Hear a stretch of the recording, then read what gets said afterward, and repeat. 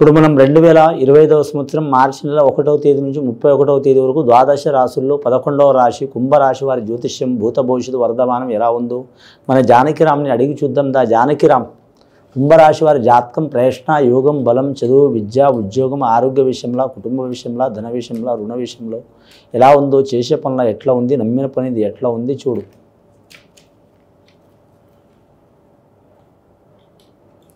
కుంభరాశి వారి జాతకంలో చెప్పాలంటే కానీ మాత్రం వారి పేరు మీద వచ్చిందండి. సీతామాత వచ్చింది, సీతాదేవత వచ్చింది, అలాగే ఆంజనేయ స్వామి వచ్చిండు, అంగుళకం తెచ్చిన ఆంజనేయ స్వామి వచ్చిండు, అలాగే నరుడు వచ్చిండు, నెత్తిన పెట్టే సంకల జోలే. కానీ మాత్రం కుంభరాశి వారి జాతకంలో ఈ వనవాసం లాస్ట్ ఘట్టం ఉంది వీరి పేరు మీద.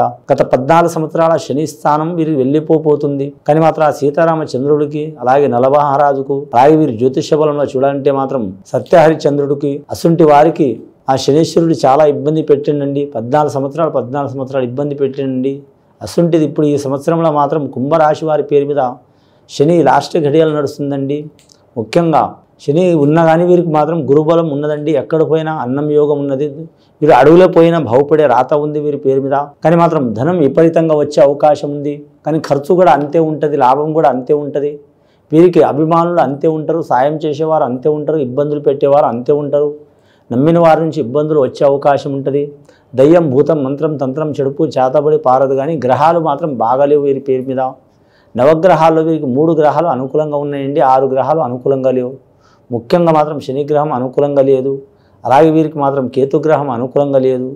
కాబట్టి వీరి పేరు మీద శని కేతుగ్రహం అనుకూలంగా లేనందువలన మాత్రం వీరి జాతకానికి చూడాలంటే మాత్రం సోమవారం శనివారం నియమం పాటించడం మంచిది. వీరి జాతక బలానికి వీరి పేరు మీద చూడాలంటే మాత్రం మందార పూలతో అలాగే మాత్రం జిల్లెడు పూలతో అలాగే మాత్రం గన్నేరు పూలతో ఆ శివుణ్ణి పూజ చేయడం చాలా వరకు మంచిది. అలాగే వెంకటేశ్వర స్వామిని మాత్రం ఖచ్చితంగా తులసిమాలతో పూజ చేయడం చాలా వరకు మంచిదండి.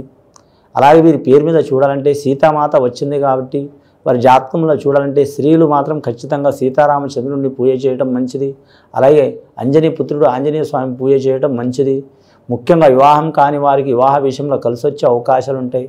ఆకస్మికంగా వీరికి ధనం లాభమయ్యే అవకాశం ఉంది, ఆకస్మికంగా ధనం ఖర్చు అయ్యే యోగం ఉంది, ఆకస్మికంగా గృహ నిర్మాణం కలిసి వచ్చే అవకాశం ఉంది. గత కొన్ని సంవత్సరాల నుంచి ఆగిన ఇల్లు కట్టే అవకాశం ఉంది. అలాగే కట్టిన ఇల్లు చాలా కాలం నుంచి విక్రయించకుండా నిలబడ్డది కూడా విక్రయించే అవకాశం ఉంటుంది. అలాగే వీరి పేరు మీద వెండి బంగారం అచ్చుబాటు ఉండదండి. భూమి మాత్రం అచ్చుబాటు ఉంటుంది, వాహనం అచ్చుబాటు ఉంటుంది.